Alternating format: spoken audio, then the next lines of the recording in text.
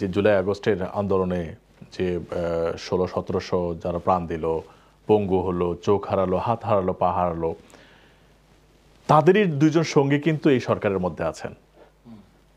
ওনারা ওখানে থাকতেও কেন ওনারা এই সহযোগিতাগুলি পাচ্ছেন না, ক্ষতিপূরণ পাচ্ছেন না, ইভেন চিকিৎসা পর্যন্ত ঠিকমতো পাচ্ছেন না অনেক ক্ষেত্রে দেখা গেছে।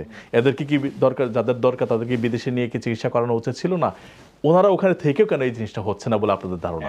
দুইজন সরাসরি যারা সরাসরি সম্পৃক্ত ছিল, সবাই কোনো না কোনোভাবে সম্পৃক্ত ছিল। কেউ নির্যাতিত হওয়ার মাধ্যমে, ডক্টর ইউনূস কিন্তু নির্যাতিত হওয়ার মাধ্যমে সম্পৃক্ত ছিলেন। উনি কিন্তু রাজপথে আন্দোলন করার মতো ওনার শরীরেরও ওই সামর্থ্য নাই। আসিফ নজরুলকে আমরা দেখেছি রাজপথে, সবাই ছিল।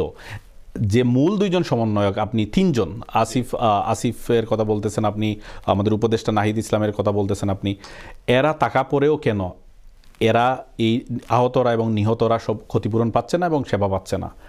আমি বলবো যে এই গভর্নমেন্ট তো ভুলের ঊর্ধ্বে নয়, এরাও তো ব্যর্থতা এদের আছে। ব্যর্থতার জায়গাটা তো সবচেয়ে বড় জায়গা এটাই, যেটা আপনি এখন উল্লেখ করলেন, এটাই এদের সবচেয়ে বড় ব্যর্থতা আমি মনে করি এই সময়ে, যেটা তাদের ক্ষমতার ভিতরে ছিল কিন্তু তারা এই ক্ষেত্রে ব্যর্থ হয়েছে। এবং আমি মনে করব বিএনপি, বাংলাদেশে আমরা বিএনপি একটা বড় রাজনৈতিক এবং এই আন্দোলনের একটা বড় স্টেক হোল্ডার হিসেবে এরাই কিন্তু হচ্ছে যে এই বিষয়ে চাপ দেওয়া উচিত।